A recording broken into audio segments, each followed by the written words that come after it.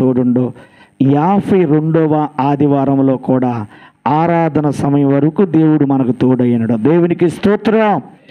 ఈ ముందున్న సమయం ప్రతి విధమైన కీడు, అపాయం, ప్రమాదం, అసమాధానం, గలిబిలి, దురాత్మ తొలగించి 31st నైట్కి జనవరి 1కి దేవుని కృప మన మీద ఉండి మనల్ని ముందుకు నడిపించునుగాక.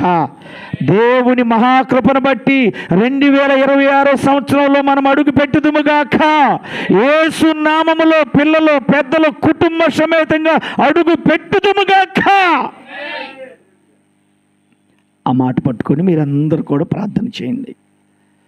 ఏమందులో ఇంకా 2-3 రోజులు, 4 రోజుల్లో నూతన సంవత్సరంలో అడుగు పెడుతున్నాలని నిర్లక్ష్యంగా ఉండబాకండి. సైతాను పొంచి ఉంటడో, మరణము కిటికీలు ఎక్కుతుంది, మరణము ద్వారబంధరాలు ఎక్కుతుంది, మరణము ఇంటి పైకప్పు మీద పొంచి ఉన్నది కనుక ఆ మరణపు దూత, సంహార దూత పారిపోలాగిన మీరందరూ కూడా నిత్యమును కూడా ప్రార్థనలో బలహీనపరచబడకుండా బలపరచబడుదురుగాక. ఆమేన్.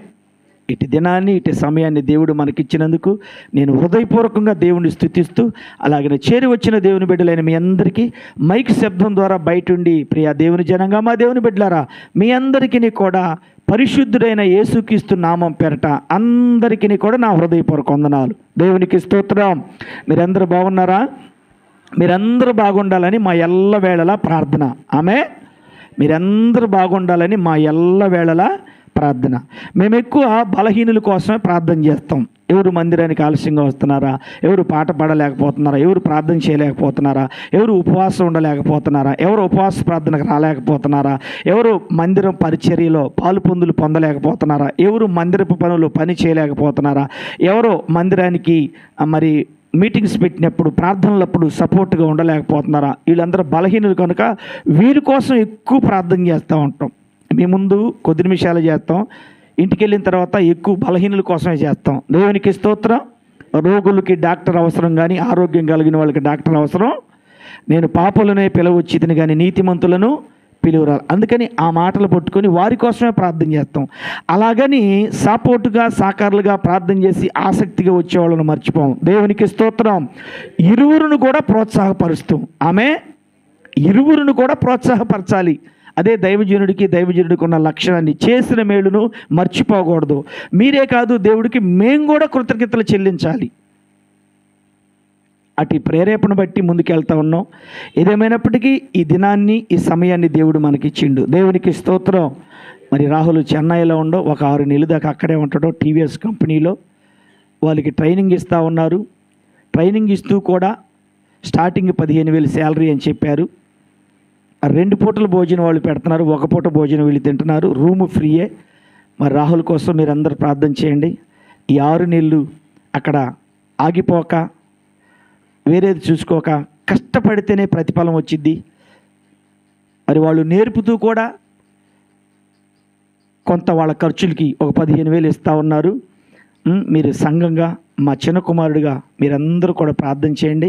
అలాగే 31st నైట్కి మీరందరూ కుటుంబాలుగా హాజరవ్వండి. దాని కొరకు ప్రార్థన చేయండి. అలాగే జనవరి 1కి కూడా మీరందరూ కుటుంబాలుగా హాజరవ్వండి. దాని నిమిత్తం కూడా ప్రార్థన చేయండి. 31st నైటు మరి నూతన వాగ్దానాలు, నూతన క్యాలెండరు, అలాగనే బల్లారాధన కూడా ఆ నైటే ఉండిద్ది. జనవరి 4వ తారీఖు ఆదివారం ఉండదు. ప్రతి సంవత్సరం అట్లానే తీసుకుంటాం. మరి మీరందరూ ప్రార్థన చేయండి. దేవుడి చిత్తమైతే జనవరి నెలలో మొదటి ఆదివారం నుంచి ప్రతి వారం ప్రార్థన చేస్తూ ఉన్నాం. పరిశుద్ధ గ్రంథ బైబిల్లో ఇంటింట రొట్టె విరిచేవాళ్ళు, ప్రతి వారం రొట్టె విరిచేవాళ్ళు. మరి ఇప్పుడు దాకా నెలలో శుక్రవారం, శనివారం, ఆదివారం మధ్యాహ్నం దాకా 3 రోజులు ఉపవాసం ఉండి మనం రొట్టె విరుస్తూ దైవ సేవకులు నేను దాంట్లో చేతులు వేస్తాం. మరి ప్రతి ఆదివారం బల్లారాధన ఇవ్వాలని, ఎందుకంటే దినాలు చెడ్డవని ప్రతి ఆదివారం బల్లారాధన ఇవ్వాలని ప్రార్థన చేస్తూ ఉన్నాం. మీరు కూడా జనవరి నెల నుంచి ప్రతి ఆదివారం బల్లలో పాలు పొందాలని మీరు కూడా ప్రార్థన చేయండి. ఈ మాటలు మనసును పెట్టండి. ఇక వాక్యంలోకి వెళ్దాం. బైబిల్లో నుంచి ఒక వాక్య భాగాన్ని చదువుకుందాం. మత్తయి సువార్త 2వ అధ్యాయం 11వ వచన భాగం. కొద్ది నిమిషాలు దేవుడు మాట్లాడిందాం. సమయం చాలా ఫాస్ట్గా వెళ్ళిపోతుంది. ఏదేమైనప్పటికీ దేవుని నామానికి మహిమకరంగా జరుగుతుంది. ప్రార్థనైనా, పాటలైనా, ఆరాధనైనా, మంచి మాటలైనా. దేవునికి స్తోత్రం. అందుకే దేవుని సమయంలో కూర్చుంటే సమయం తెలియదు, మనకి సమయం తెలియదు. మత్తయి సువార్త 2వ అధ్యాయం 11వ వచ్చిన భాగాన్ని చదువుకుందాం. వారా నక్షత్రమును చూసి అత్యానందభరితులై ఇంటిలోనికి వచ్చి తల్లి అయిన మరియను ఆ శిశువును చూసి సాగిలపడి ఆయనను పూజించి తమ పెట్టెలను విప్పి బంగారమును, సాంబ్రాణిని, బోళమును ఆయనకు కానుకలుగా ఆయనకు సమర్పించిరి. దేవునికి స్తోత్రం. శబ్దం హల్లెలూయా. దేవునికి స్తోత్రం. కొద్ది నిమిషాలు దేవుని వాక్యాన్ని శ్రద్ధ భక్తులతో విందాం. ప్రభునందు ప్రియ దేవుని బిడ్డలారా, ఎట్లా వినాలంటే దేవుని వాక్యం శ్రద్ధ కలిగి వినాలి. రెండవది ఎట్లా వినాలి దేవుని వాక్యం? అది మనుషుల వాక్యంగా ఎంచగా దేవుడే మనతో మాట్లాడుతుందని వినాలి. మూడవది దేవుని వాక్యం ఎట్లా వినాలి? మొదటి వాక్యం ఎట్లా వినాలి? పెద్దగా చెప్పాలి, మైక్ మీకు ఇచ్చా. ఎట్లా వినాలి? ఎవరు చెప్పారు శ్రద్ధగా వినాలని? దేవుడు. రిఫరెన్స్ ఏంది? ద్వితీయోపదేశకాండం 28వ అధ్యాయం 1వ వచనం. రెండోది మనిషి మాటలుగా కాక దేవుని మాటలుగా వాక్యం వినాలి. రెండవది ఎక్కడుంది అది రిఫరెన్సు? 1 దశలోనికి 2:4 ఉండిద్ది. 1 దశలోనికి 2:4. మూడోది దేవుని వాక్యం ఎట్లా వినాలి? విశ్వాసంతో వినాలి. అది ఎక్కడ ఉండిద్ది? హెబ్రీయులకు రాసిన పత్రిక 4వ అధ్యాయం 2లో ఉండిద్ది. దేవునికి స్తోత్రం. కనుక వాక్యం విన్న తర్వాత నిష్ప్రయోజనం అయింది. నువ్వు విన్న వాక్యం నిష్ప్రయోజనం కాకుండా ఉండాలంటే నువ్వు ఎట్లా వినాలి? విశ్వాసంతో వాక్యం వినాలి. రాత్రి చెప్పుకోవడం కదా, ఉపవాసం ఎవరంటారు? దేవుని యందు విశ్వాసం ఉండవాళ్లే ఉపవాసం ఉంటారు. దేవుని యందు నమ్మిక లేనివాళ్ళు, దేవుని యందు విశ్వాసం లేనివాళ్ళు, దేవుడి మీద ఆధారపడని వాళ్ళు ఉపవాసం ఉండరు. కనుక మనమందరము కూడా విశ్వాసం కలిగి ఉందుముగాక. విశ్వాసంలోనే మన జీవితాన్ని, మన అడుగులని ముందుకు కొనసాగించుదుముగాక. ఆమెన్. మంచిది. ప్రభువునందు ప్రియ దేవుని బిడ్డలారా, ఈ మధ్యాహ్న కాలపు సమయంలో పరిశుద్ధాత్మ దేవుడు మనందరికి ఇస్తున్న వాక్య సందేశం ఏమిటంటే జ్ఞానులు నేర్పే సత్యాలు.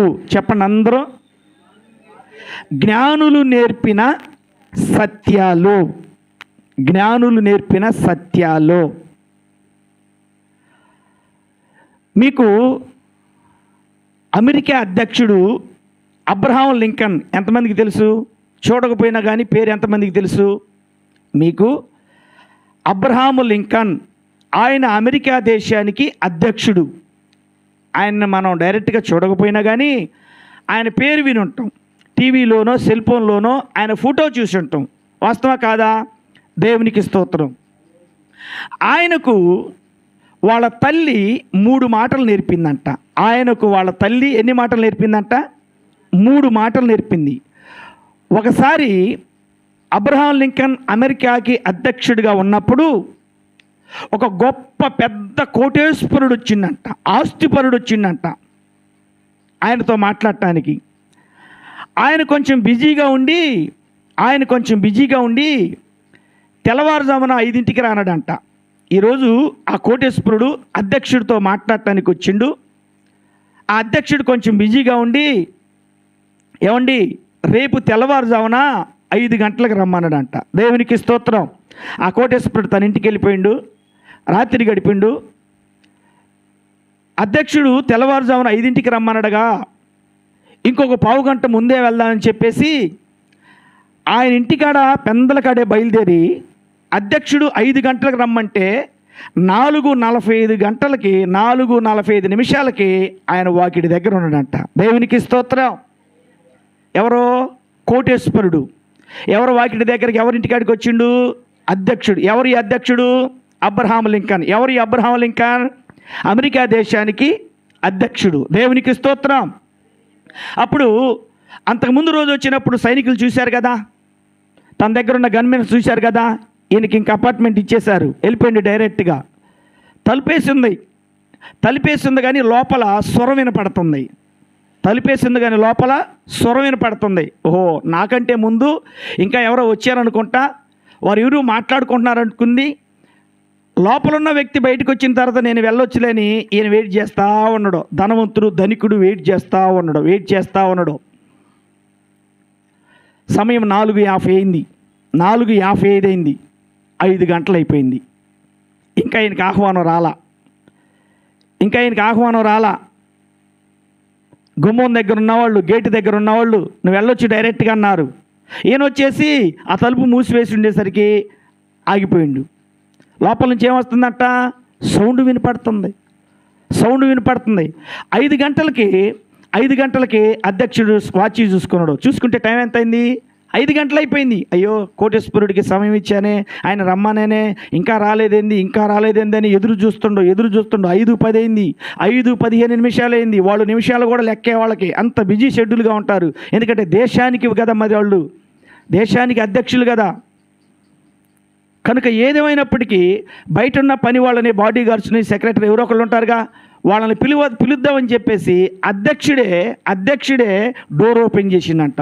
డోర్ ఓపెన్ చేసేసరికి వెంటనే కోటేశ్వరుడు అక్కడ నిలబడి ఉన్నాడంట. ఆహ్వానించిండు.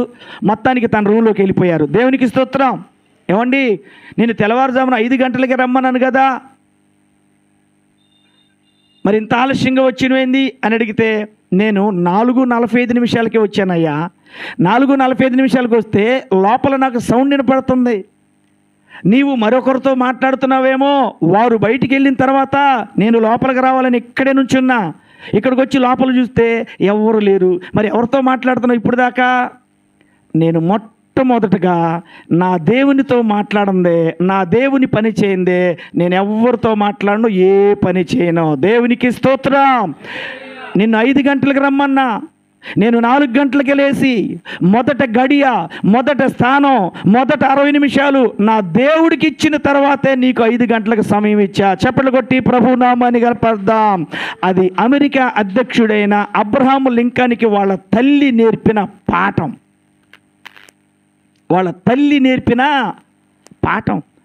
ఇంతకీ జ్ఞానవంతురాలేనంట. మరి జ్ఞానవంతురాలు కాదా? కుమారుడికి ఎప్పుడు లేవాలని చెప్పింది, ఎప్పుడు లేవాలని నేర్పింది? ఇంకా చీకటిగా ఉన్నప్పుడే. సరే, ఆ తర్వాత మళ్ళీ 1 నెల రోజుల తర్వాత అమెరికాకి సైనిక అధ్యక్షుడు వీళ్ళిద్దరు కూడా ఒక ప్రాంతానికి వెళ్తూ ఉన్నారు. వీళ్ళిద్దరు కూడా మాట్లాడుకుంటూ అమెరికా దేశ సైనిక అధ్యక్షుడు జేబులో నుంచి మందు బాటిల్ తీసిండు. జేబులో నుంచి ఆ మందు తాగి ఒక గ్లాస్ తీసిండు, టేబుల్ మీద పెట్టిండు. 2 గ్లాసులు పెట్టిండు, 2 వాటర్ పోసిండు, 2 మందు పోసిండు. ఒక గ్లాసు అమెరికా అధ్యక్షుడికి ఇవ్వబోయిందంట. ఎవరికి ఇవ్వబోయిందంట? అమెరికా అధ్యక్షుడికి ఇవ్వబోయిందంట. నేను తీసుకున్నాయ్యా వద్దయ్యా అన్నాడంట. సరే, ఈ సైనిక అధ్యక్షుడు తాగిండు, ఆ గ్లాసులో కూడా తాగిండు. మందు తాగిన 2 నిమిషాలకి జేబులోంచి సిగరెట్ పెట్టి తీసిండు, జేబులో నుంచి మళ్ళా అగ్గి పెట్టి తీసిండు, మళ్ళీ ఒక సిగరెట్ అధ్యక్షుడికి అయిపోయిండు. మళ్ళీ ఏమన్నాడో, నేను తాగనయ్యా, నాకు అలవాట్లేదు అన్నాడంట. ఏమండి, నువ్వు మనిషివి, నేను మనిషినే కదా, నాకంటే కొంచెం నిన్ను అధికమైన పోస్టులో నువ్వు ఉన్నావు. భూమి మీద మందు తాగిన వాళ్ళు లేరు, భూమి మీద స్మోక్ చేయని వాళ్ళు లేరు, నువ్వెందుకు తాగవు అని మాట్లాడుతూ ఉంటే, నేను ఒక వ్యక్తికి మాట ఇచ్చానయ్యా అన్నాడంట. ఎవరో? అధ్యక్షుడు అబ్రహాం లింకన్. నేను ఒక వ్యక్తికి మాట ఇచ్చా, నేను ఒక వ్యక్తికి ప్రమాణం చేశా. నీకు అభ్యంతరం లేకపోతే నువ్వు మాటిచ్చిన వ్యక్తి ఎవరు, నువ్వు ప్రమాణం చేసిన వ్యక్తి ఎవరంటే నా తల్లి అన్నాడంట అధ్యక్షుడు. చప్పలు కొట్టి ప్రభువు నామానిగా పడదాం. నేను 9 సంవత్సరాల వయసులో ఉన్నప్పుడు నా తల్లి అనారోగ్యానికి గురైంది. అబ్రహాం లింకన్ చెప్తుండు, అమెరికా అధ్యక్షుడు. నాకు 9 సంవత్సరాల వయసు అప్పుడు నా తల్లి అనారోగ్యం ముదిరిపోతూ ఉంది. డాక్టర్లు ఇంకా గంట 2 గంటలో 30 నిమిషాలు 15 నిమిషాల కంటే ఎక్కువ బతకదు. ఆ పరిస్థితుల్లో, అలాంటి సమయంలో బాబు డాక్టర్లకి నా సమయం అయిపోయిందని చెబుతా ఉన్నారు. దేవుడి చిత్తమైతే ప్రభువు నన్ను పిలిస్తే నేను వెళ్ళిపోతా. నీకు ఇప్పుడు 9 సంవత్సరాలే. 9 సంవత్సరాలని భయపడకో, నేను వెళ్ళిపోతున్నానని భయపడకో.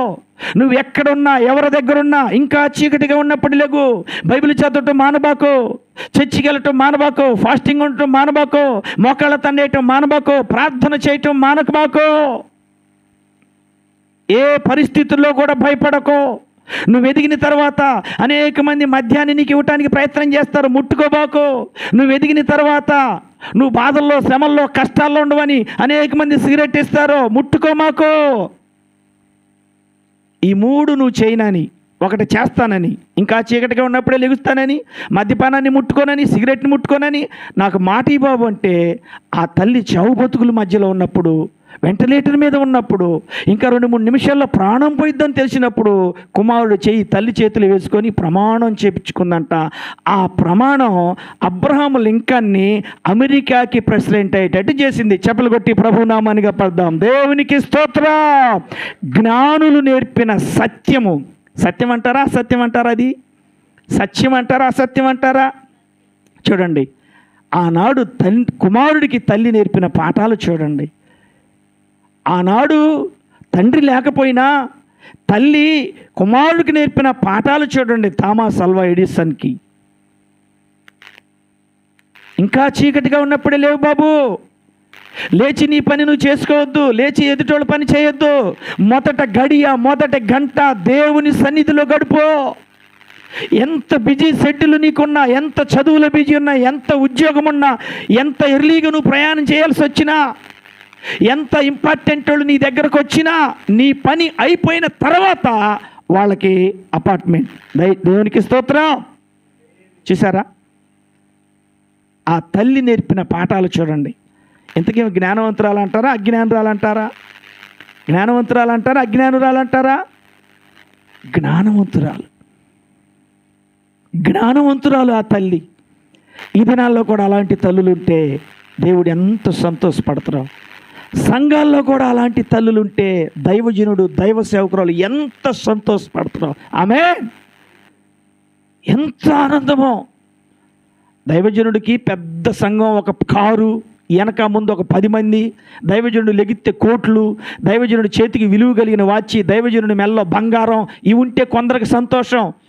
కానీ దైవజనుడు పిలిచినప్పుడు వస్తే, దైవజనుడు చెప్పిన పని చేస్తే, నడుమొచ్చి ప్రార్థన చేస్తే, సపోర్ట్గా సాకారులుగా ఉంటే, పేద సంఘమైన కొద్ది మంది అయినా ఆ దైవజనుడికి ప్రతిరోజు ఆనంద బాష్పాలే. దేవునికి స్తోత్రం.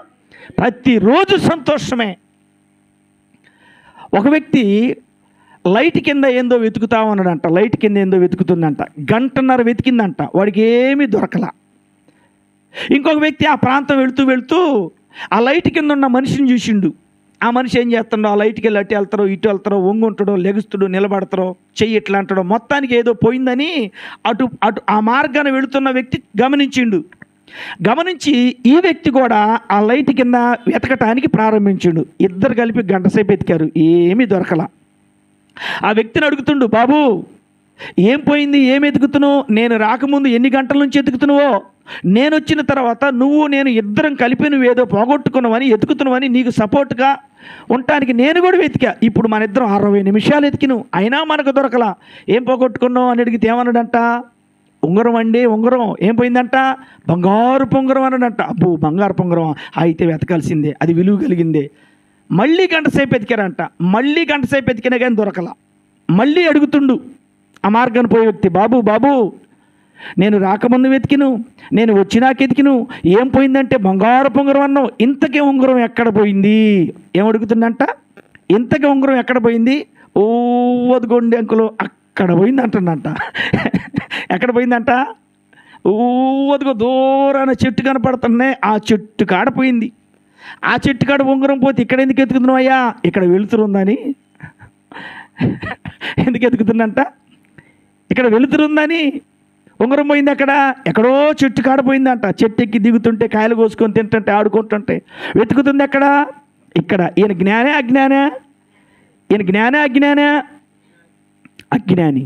మరి ఈ తల్లి ఎవరు? అబ్రహాం లింకన్ తల్లి ఎవరు? జ్ఞానవంతురాలంట. దేవునికి స్తోత్రం. అబ్బా, స్త్రీకి ఎంత ప్రాధాన్యత. జ్ఞానవంతురాలు తన ఇల్లు కట్టును, భార్య దొరికిన వారికి మేలు దొరుకును, గుణవతి అయిన భార్య దొరుకుట అట్టిది ముత్యము కంటే. బా, చూసారా, సామాన్యులు కాదు స్త్రీలు. నోరు పెద్దగా తెరిచేవాళ్ళు, కోపపడేవాళ్ళు, చిచ్చులు పెట్టేవాళ్ళు, కుటుంబాలను నాశనం చేసేవాళ్ళు ఎక్కువైపోయారు. దేవుడంటే భయం లేనోళ్ళు, మామూలుగా దేవుడు వారికి ఆధిక్యత ఇచ్చిండో చూడండి, ఎంత పెద్ద గొప్ప ఆధిక్యత ఇచ్చిండో. దేవుడు వారిని చూడండి ఎట్లా గణపరుస్తుండో, దేవుడు వారిని ఎట్లా వారికున్న పేర్లు చూడండి, అసలు ఎలాంటి పేర్లు. దేవునికి స్తోత్రం, హల్లెలూయా.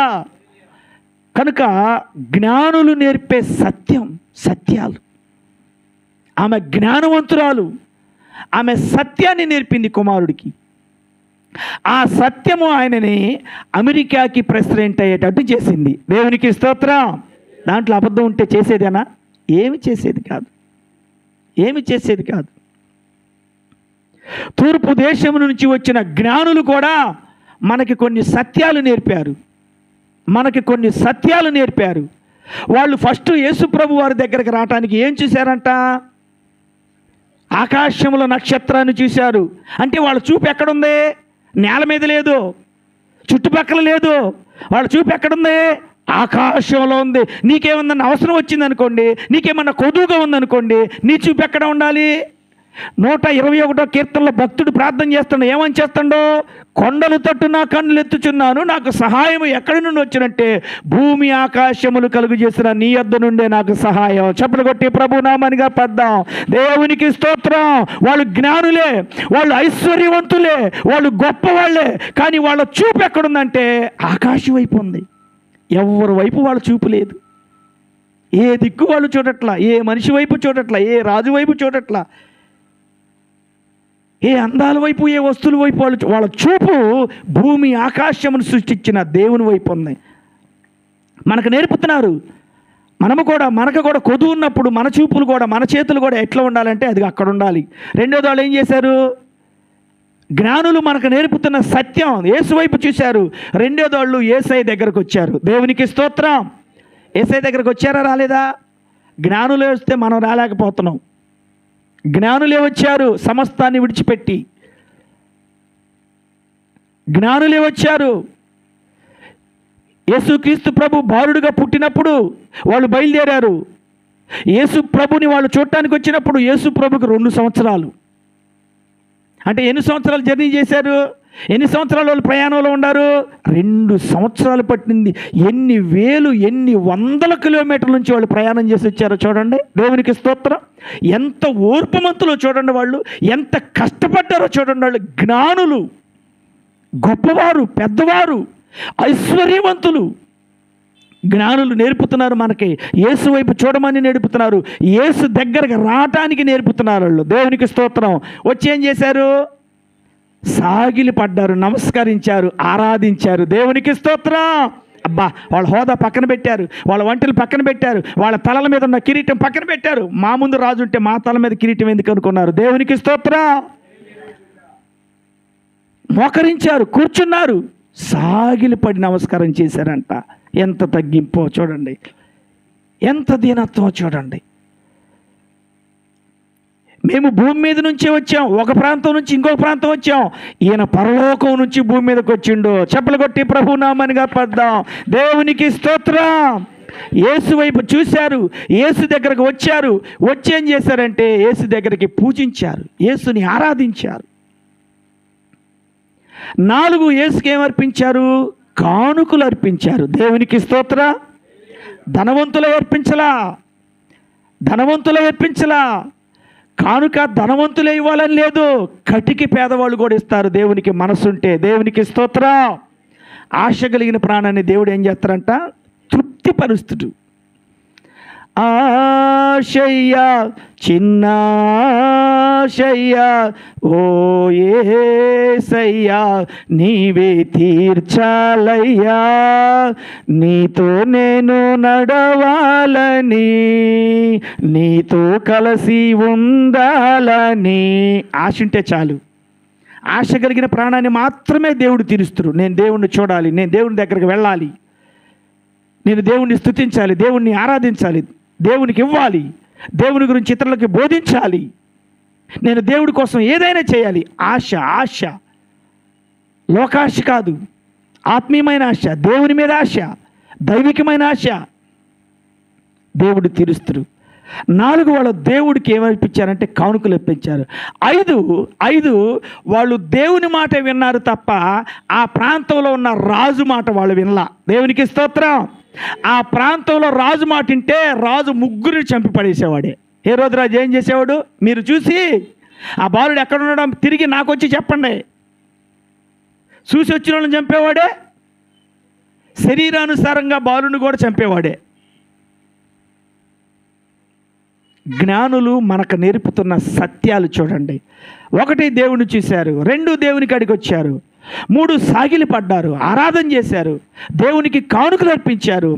దేవుని మాట తప్ప హేరోదు రాజు మాట వినలా. దేవునికి స్తోత్రం. మనుషులు నమ్ముకున్నట్టు కంటే, రాజులు నమ్ముకున్నట్టు కంటే యెహోవాను ఆశ్రయించుట ఎక్కడున్నది? ఎక్కడుంది? కీర్తనల గ్రంథం 118వ అధ్యాయం 7-8 వచనాల్లో ఉంది. బైబిల్కి మధ్య పుస్తకం, అది మధ్య వచనాలు. అవి బైబిల్కి మధ్య పుస్తకం, మధ్య వచనాలు. చదవండి ఒకసారి. మనుషులను నమ్ముకున్నట్టు కంటే యెహోవాను ఆశ్రయించుట మేలు, రాజులను నమ్ముకున్నట్టు కంటే యెహోవాను ఆశ్రయించుట. ఆమేన్. చూసారా? హేరోదు రాజు మాట నమ్మలా. జ్ఞానులో రాజు మాట విన్నట్టు విన్నారు, పెడచెవిని పెట్టారు. మనం దేవుని మాటలు విన్నట్టు ఉండి పెడచెవిని పెట్టకూడదు.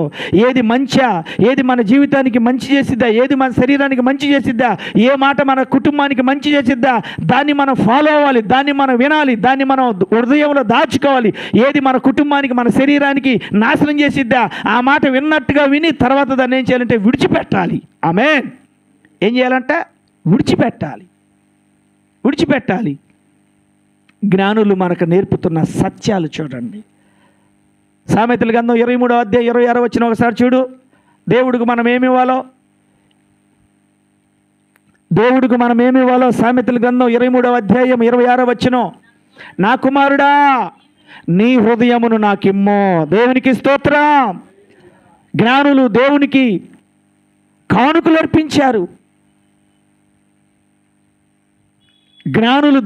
కానుకలు అర్పించారు. మనమేమివ్వాలి? నా కుమారుడా, నీ హృదయమును నాకు ఇమ్మయ్యా.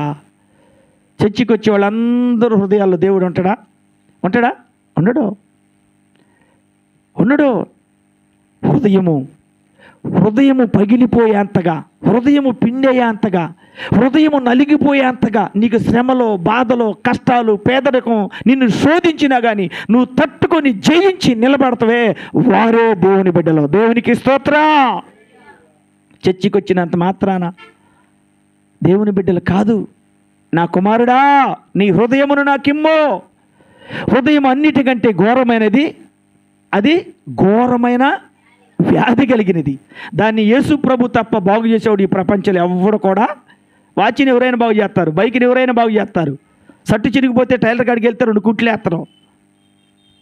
సెల్ ఫోన్ ఎవరైనా బాగు చేస్తారు, ఇల్లు పడిపోతే ఇల్లు ఇంకొక మేస్త్రైనా కడతారు. మరి హృదయాన్ని ఎవరు బాగు చేయాలి? దేవుడు. చెప్పలు కొట్టి ప్రభు నామాన్ని కనపడదాం.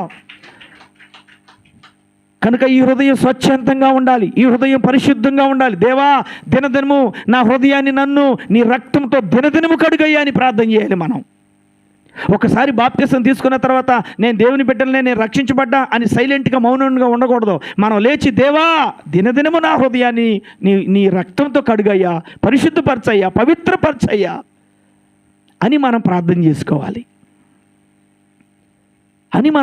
చేసుకోవాలి. రోమీలకు రాసిన పత్రిక 12వ అధ్యాయం 1వ వచనం చదువుదాం. మన హృదయాన్ని దేవుడికి ఇవ్వాలి. దేవుని బిడ్డలారా, హృదయంలో వాక్యం ఉండాలి, హృదయంలో నీతి ఉండాలి, హృదయంలో తగ్గింపు ఉండాలి, హృదయంలో పరిశుద్ధత ఉండాలి, హృదయంలో యథార్థత ఉండాలి, హృదయంలో శుద్ధి ఉండాలి. రోమీలకు రాసిన పత్రిక 12వ అధ్యాయం 1వ వచనం త్వరగా చదువుకుందాం.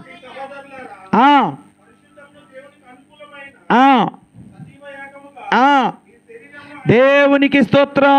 సజీవంగా మన శరీరాలు ఆయనకు సమర్పించాలి. మన హృదయాన్ని దేవునికి కానుగ్గా ఇవ్వాలి, మన శరీరాన్ని దేవునికి కానుగ్గా ఇవ్వాలి. దేవునికి స్తోత్రం. ఎప్పుడు? మన శరీరానికి బలహీనత వచ్చినప్పుడు ఇస్తే. బలహీనపడిన శరీరం దేవుడికి ఎందుకు? ఏం పని చేయగలుగుతారు? ఏ బరువు మోయగలుగుతారు? ఎటు వెళ్ళగలుగుతారు? ఏ పాట పాడగలుగుతారు? ఎక్కడ మోకాళ్ళ తండేయగలుగుతారు? మన శరీరం బలంగా ఉన్నప్పుడే, మన శరీరం సజీవంగా ఉన్నప్పుడే మన శరీరాన్ని దేవునికి కానుకగా మనం అర్పించాలి. దేవునికి స్తోత్రం. ఈ శరీరం నాది కాదయ్యా, నీదే. ఈ శరీరం నీకోసం ఏమైనా చేయగలగాలి. ఈ కాళ్ళు, ఈ చేతులు, ఈ నోరు, ఈ ముక్కు, ఈ చెవులు, ఈ కళ్ళు, అయ్యా నీకోసం ఏమైనా చేయగలగాలి. నీవిచ్చిందే కదయ్యా. దావీదు భక్తుడు అంటాడు చూడండి ఒకసారి 139వ కీర్తన 14వ వచనంలో శరీరాన్ని బట్టి ఏమంటాడో. 139వ కీర్తన 14వ వచనం, నీవు నన్ను కలుగు చేసిన విధమును చూడగా నాకు భయమును అబ్బబ్బా ఆశ్చర్యమును కలుగుచున్నదంట. దేవునికి స్తోత్రం. పోయినసారి చెప్పా కదా, జుట్టు పెరుగుతుంది, చెవులు పెరుగుతాయా? హల్లెలూయా అనండి అందరూ. ఆమె దేవునికి స్తోత్రం. జుట్టు పెరుగుతుందయ్యా, కట్ చేసుకున్నాం. చెవులు పెరిగితే, ముక్కు పెరిగితే, పళ్ళు పెరిగితే, పోని కాళ్ళకున్న గోర్లు, పాదాలు పెరిగితే, దేవుని చూడండి ఎట్ట స్తుతిస్తుండో. నీవు నన్ను కలుగు చేసిన విధమును చూడగా నాకు భయమును ఆశ్చర్యమును కలుగుతుందయ్యా. అబ్బా ఎట్లా సృష్టించిండో దేవుడు మనల్ని, ఎంత చక్కటి రూపమో, ఎంత చక్కగా సృష్టించిండో. ఆయన పోలికగా సృష్టించిందంట. దేవునికి స్తోత్రం. ఆయనకంటే కొంచెమే మనం తక్కువ. ఆయన వలె రూపించుకున్నాం, ఆయన వలె తయారు చేసుకున్నాం. ఎలా మరువగలనయ్యా నీ ప్రేమను, ఎలా విడువగలనయ్యా నీ. ఆయన ప్రేమ, ఆయన జాలి, ఆయన దయ, ఆయన కార్యాలు ఎలా మరవగలం? ఎంతని చెప్పగలం? దేవునికి స్తోత్రం. కనుక రెండవది, మనము దేవునికి కానుకేమి ఇవ్వాలంటే మన శరీరం సజీవంగా ఉన్నప్పుడే కానుకియాలి. మన శరీరాలు భూమి మీద తిరిగేటప్పుడే, బలంగా ఉన్నప్పుడే, ఊపిరి ఉన్నప్పుడే, సజీవంగా ఉన్నప్పుడే ఆయనకి సమర్పించుకోవాలి. కొంతమంది అనారోగ్యం తగ్గకపోతే, మంచాన పడితే, చెయ్యి ఇరిగితే, కాలు ఇరిగితే, తలకాయ పగిలితే, దయ్యం పట్టి శోధిస్తుంటే, నేను చర్చికి వస్తానయ్యా, నేను రక్షించబడతానయ్యా, నేను బాప్తిస్మం ఎత్తానయ్యా. ఎప్పుడు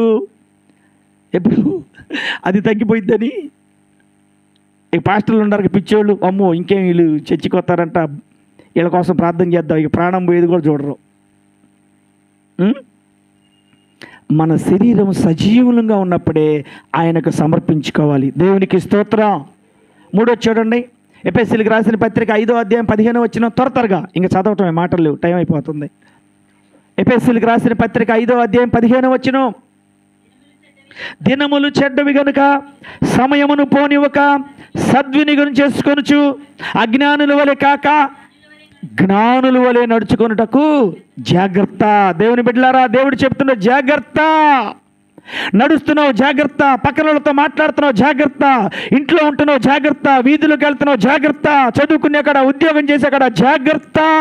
దేవుడు చెప్తుండో, నువ్వు దేవుని బిడ్డవి, దేవుని రక్తంలో కడగబడిన బిడ్డవి, జాగ్రత్త.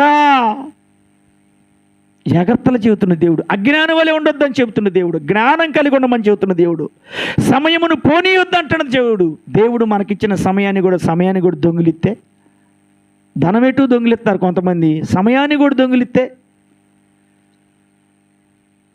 వారానికి ఒక్కరోజు ఆదివారం పునరుద్ధాన దినం, 6 రోజులు కష్టపడి పనిచేయి. ఫంక్షన్లు ఉంటే ఇంట్లో ఆదివారమే పెడతారు. వీళ్ళు చర్చికి రారు, వాళ్ళని చర్చికి రానియరు. ఫంక్షన్లు ఉన్నాయి అనుకో, చర్చికి పోయేవాళ్ళు ఆదివారమే పెడతారు. వీళ్ళు చర్చికి వారు, వాళ్ళ చుట్టాలను చర్చికి రానియరు. ఇంకే నా అక్క, నా చెల్లి, నా బాబు పిలిచిండని వాళ్ళు అక్కడ చర్చిలో వదిలిపెట్టి వస్తారు. మిగతా రోజులు లేవు నువ్వు ఫంక్షన్ పెట్టడానికి. అదే ఉంటే మంచిదయ్యా, 7వ రోజు 9, అన్ని రోజులు మంచియే. పాస్టర్ గారు వచ్చి నీ ఇంట్లో ప్రార్థన చేస్తే శుభం జరిగిద్ది. ఆమె సైతాన్లు వచ్చి ఇళ్లలో కాలు పెడితే అశుభం జరిగిద్ది. ఆదివారం ఊరు ప్రయాణం ఉండిద్ది. సమయాన్ని దొంగిలించవద్దు. దేవుడికి ఇచ్చిన సమయం. ఎంత బిజీ ఉన్నా నీకు పని, ఎంత ప్రయాణం చేయాలన్నా, ఇంట్లో ఎంత మంచి ఆహారం నీకు సిద్ధపరిచినా, ఎంత ముఖ్యమైన వ్యక్తులు నీకు వచ్చినా, అమెరికా ప్రెసిడెంట్, అధ్యక్షుడు అబ్రహాం లింకన్ కంటే ఎక్కువ మనం బిజీ షెడ్యూల్లో ఉన్నవా? ఒక వ్యక్తికి కోటేశ్వరుడికి 5 గంటలకు రమ్మని అపార్ట్మెంట్ ఇచ్చిండు, 4 గంటలకే లేసి ప్రార్థన చేస్తున్నాం. అంత బిజీ షెడ్యూల్లో ఉండవా? చదువుకునే వాళ్ళమైనా, ఉద్యోగం చేసేవాళ్ళైనా, రైతులైనా, కూలీలైనా, ప్రయాణం చేసేవాళ్ళైనా, పెద్దలైనా, స్త్రీలైనా, పిల్లలైనా, నడికారు వయసు వాళ్ళైనా, యవనస్తులైనా, ఉదయాన్నే లేస్తే ప్రాణానికి, శరీరానికి ఆరోగ్యం. ఉదయాన్నే లేచి ప్రార్థన చేసి పని ప్రారంభించే వాళ్ళ శరీరం పగలంతా హెల్తీగా ఉండిద్ది. ఆమె నువ్వు 7 దాకా 8 దాకా పనుకో, మంపు బాదు కర్ణగారు, మంపు బాదో. చీకటిగా ఉన్నప్పుడే లేవాలి, చక్కగా ఒక పాట పాడుకోవాలి, ఆనందంగా పాడుకోవాలి, బైబిల్ చదువుకోవాలి, ప్రార్థన చేసుకోవాలి. ఆ పగలంతా శరీరం ఎంత హెల్తీగా ఉండిద్దో, ఎంత హుషారుగా ఉండిద్దో.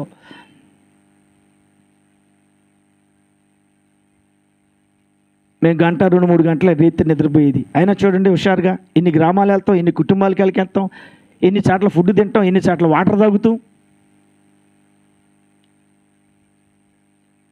మీ అన్ని బలహీనులు మేము చెప్పం.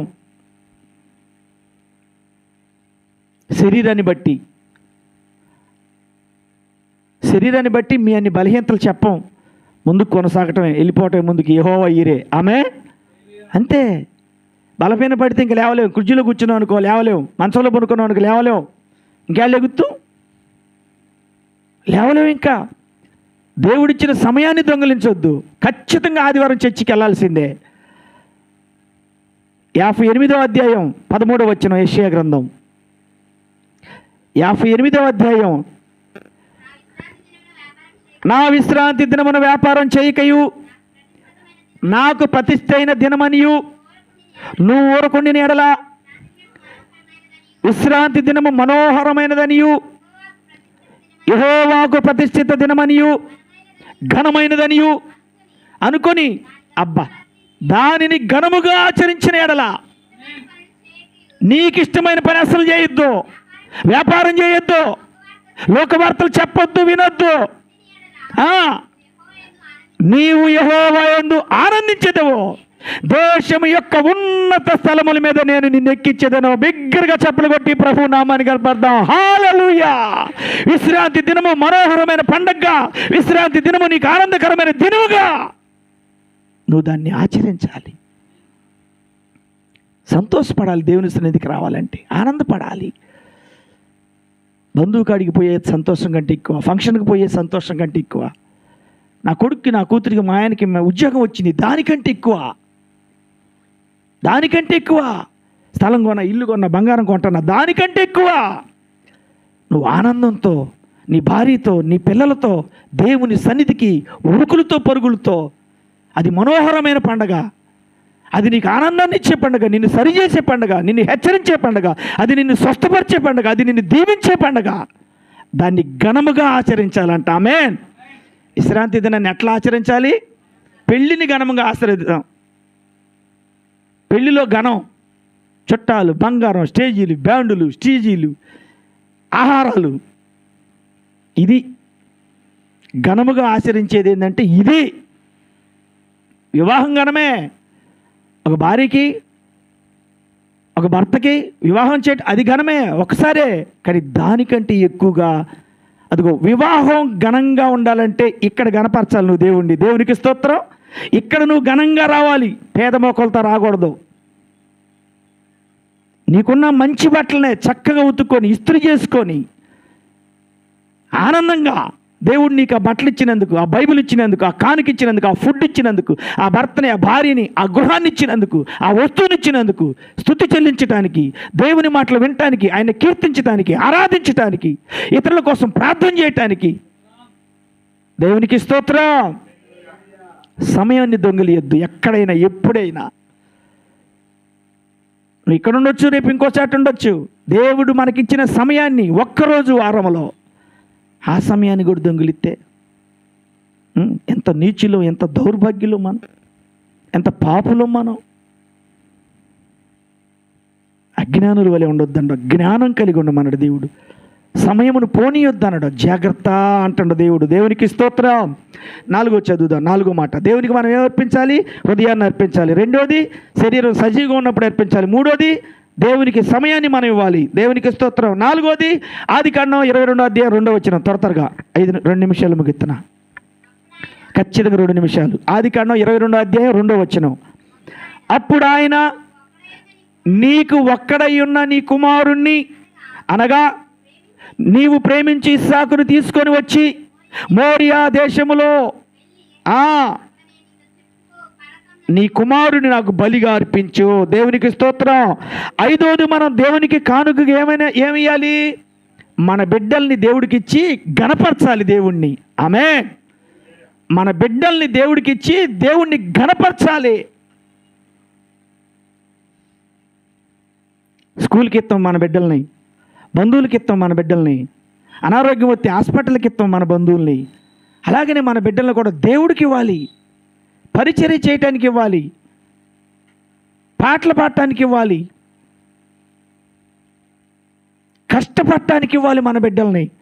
అబ్రహాముకి ఒక్కగాని ఒక్క కుమారుడు, ఆ ఒక్కగాని ఒక్క కుమారుణ్ణి, అబ్రహాము ప్రేమించే కుమారుణ్ణి దేవుడు బలిగా ఇప్పించమంటే మారు మాట మాట్లాడుకొని ఇచ్చేసిందంట. దేవునికి స్తోత్రం. అబ్బా, చొక్క అయితే సరిపోయింది దేవుడికి? సమయం ఇస్తే సరిపోయిద్దా? కానుకిస్తే సరిపోయిద్దా? పోనీ మన బిడ్డలను కూడా దేవుడికి ఇవ్వాలి. మన బిడ్డలను కూడా దేవుడికి, దేవుని సన్నిధిలో నడుము వంచాలి. కష్టపడండి రా, పని చేయండి, సిగ్గుపడబాకండి, దేవుని పని చేయండి, దేవుడి గురించి ఇతరులకు చెప్పండి. చేయండి అయ్యా దేవుని పని. పిల్లలు చెడిపోతున్నారయ్యా, యవనస్తులు చెడిపోతున్నారయ్యా. యేసు ప్రభు 33.5 సంవత్సరాలప్పుడు కాడి మోసిండయ్యా, మన కాడి, మన పాపం అనే కాడి. కొంతమంది పిల్లలు పిలిచి ఏమన్నా పని చేపిస్తున్నాను అనుకో, పాస్టర్ గారు అల్లా పిల్లగాడు ఉండగా, అల్లా అమ్మాయి ఉందిగా, మా పిల్లగాడు మా అమ్మాయి కనపడ్డారు నీకు, రండి, చేయి పట్టుకొని తీసుకుపోతూ ఉంటారు. పని చేసేవాళ్ళు కూడా చెడగొడతారు.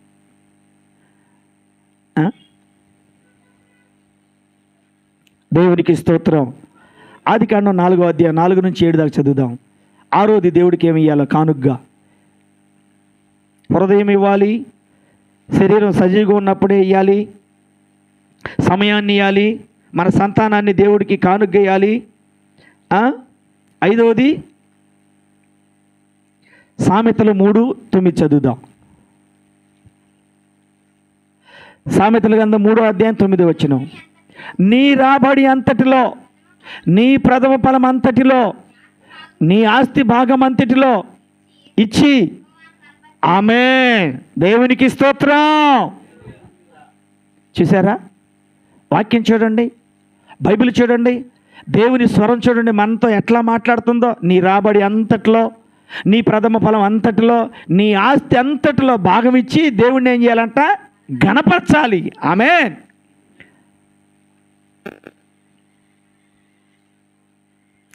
రక్షించబడ్డ వాళ్ళు నీళ్ళలో ప్రమాణం చేస్తారు. ప్రతి ఆదివారం వస్తా, ప్రతి బుధవారం వస్తా, ప్రతి శుక్రవారం, ప్రతి శనివారం వస్తా, పని చేస్తా, దశమభాగం ఇస్తా. తెల్లారే మర్చిపోతారు. ఎట్లా నీళ్ళు దీవించబడిద్ది? ఎట్లా నీ చేతి పని దీవించబడిద్ది? అనారోగ్యాలు ఎట్లా పోతాయి? అప్పులు ఎట్లా పోతాయి? మంచి పేరు నీకెట్లా? దేవుని దయ, దేవుని జాలి నీ మీద ఎట్లా ఉండిద్ది? నీ కుటుంబం ఎట్లా ఆశీర్వదించబడిద్ది? ఏం చెప్తుండు దేవుడు? 7:8 ఏబు గ్రంథం 8:7 ఏబు గ్రంథం 8వ అధ్యాయం 7వ వచనంలో, మొదట నీ స్థితి కొంచెముగా ఉండినను తుదకు నీవు, మొదటంటే ఎప్పుడు? దేవుని దగ్గరకు రాకముందు, దేవుడు స్వరం నువ్వు వినకముందు. ఇప్పుడు నువ్వు దేవుడి దగ్గరకు వచ్చావు, దేవుడి స్వరాన్ని నువ్వు విన్నావు, దేవుడు చెప్పింది నువ్వు చేస్తే నువ్వు ఎట్లా ఆశీర్వదించబడతావు? మహాభివృద్ధి. చెప్పులు కొట్టి ప్రభు నామాన్ని పడదాం. హల్లెలూయా.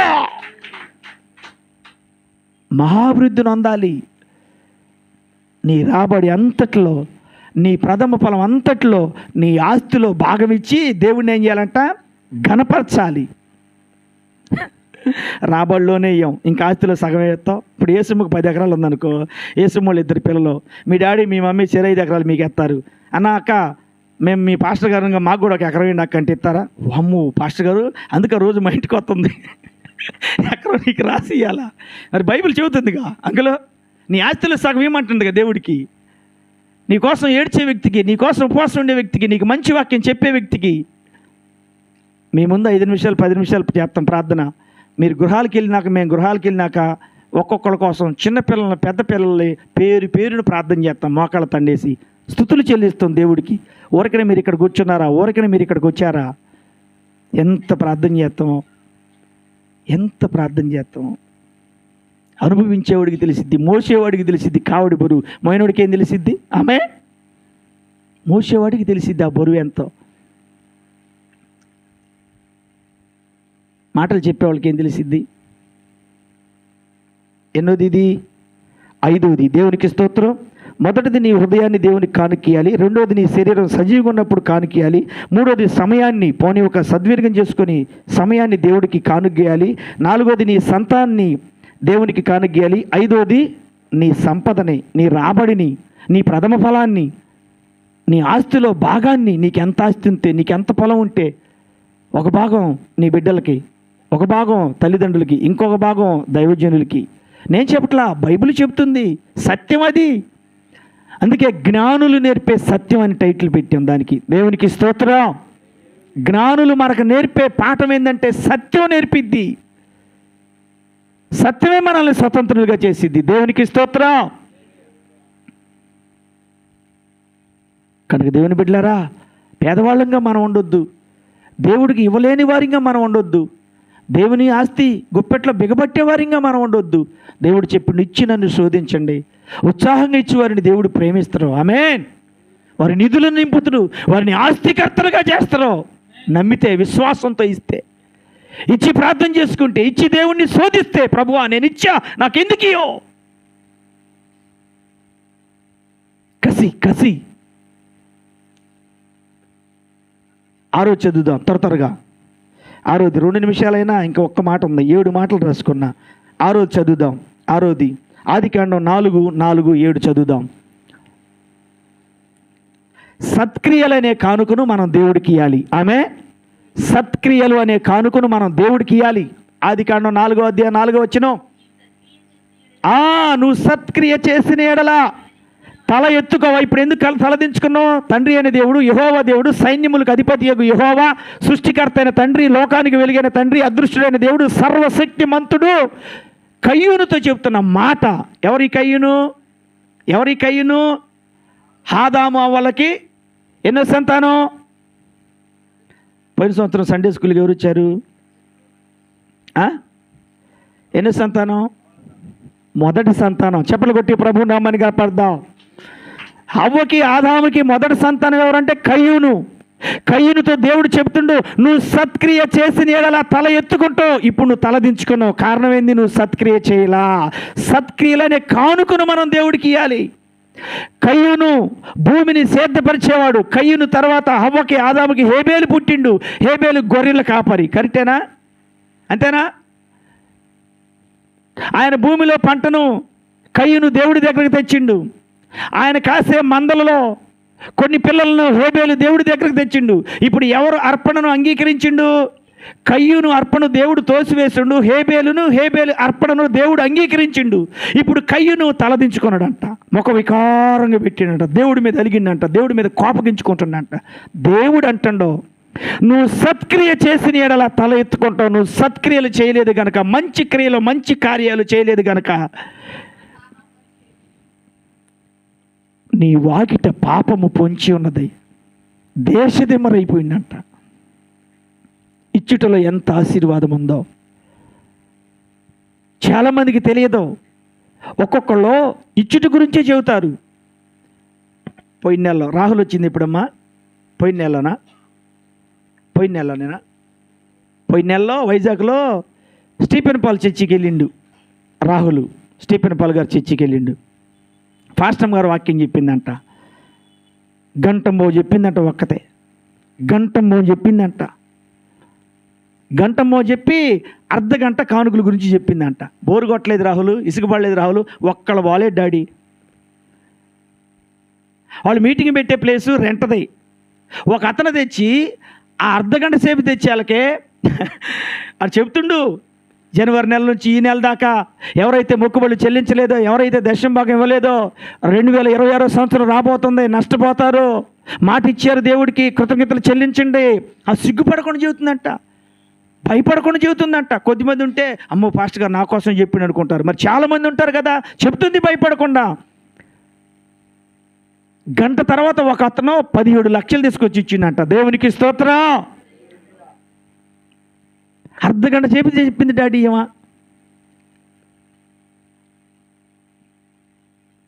రాహుల్, నేను మన చర్చిలు అట్ట చేస్తే ఒక్కళ్ళు ఉంటారా అన్న. దేవునికి స్తోత్రం.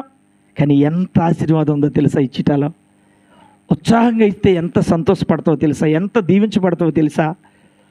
నువ్వు ఆశీర్వదించబడటానికి ఇవ్వాలి. పాస్టర్ గారు ఏమన్నా అనుకుంటాడో అని, పాస్టర్ గారు అడిగిండని కాదు, నువ్వు ఆశీర్వదించబడటానికి, నీకు కలిగింది ఆశీర్వదించబడటానికి. పొలం కలిగి ఉంటావు, ఉద్యోగం కలిగి ఉంటావు, చదువు కలిగి ఉంటావు. నీకు కలిగింది ఆశీర్వదించబడటానికి. నువ్వు సత్క్రియ చేసిన ఎడల తలెత్తుకుంటావు. ఇప్పుడు నువ్వు తలదించుకున్నావు అంటే నువ్వు సత్క్రియ చేయాలా. నీ తమ్ముడు సత్క్రియ చేసిండు, నీవేమో అన్ని తాలగింజలు తెచ్చావు, నీ తమ్ముడేమో క్రొవ్విని వాటిని తెచ్చిండు. దేవునికి స్తోత్రం. నువ్వు తీసుకొచ్చిన అర్పణ నేను అంగీకరించ, ఎందుకంటే నీ మనసే చెడిపోయింది. నీది మంచి మనసు అయితే బలమైన వాటిని తెచ్చేవాడివే. నీ మనసు చెడిపోయింది కనుక నువ్వు బలహీన వాటిని తెచ్చావు. అందుకే దేవుడు అంటాడు ఫస్ట్ మాట, నీ హృదయం అనే కానుకను మనం ఫస్ట్ దేవుడికి ఇవ్వాలి. స్వచ్ఛందంగా ఉండాలి మన హృదయం. దేవునికి స్తోత్రం.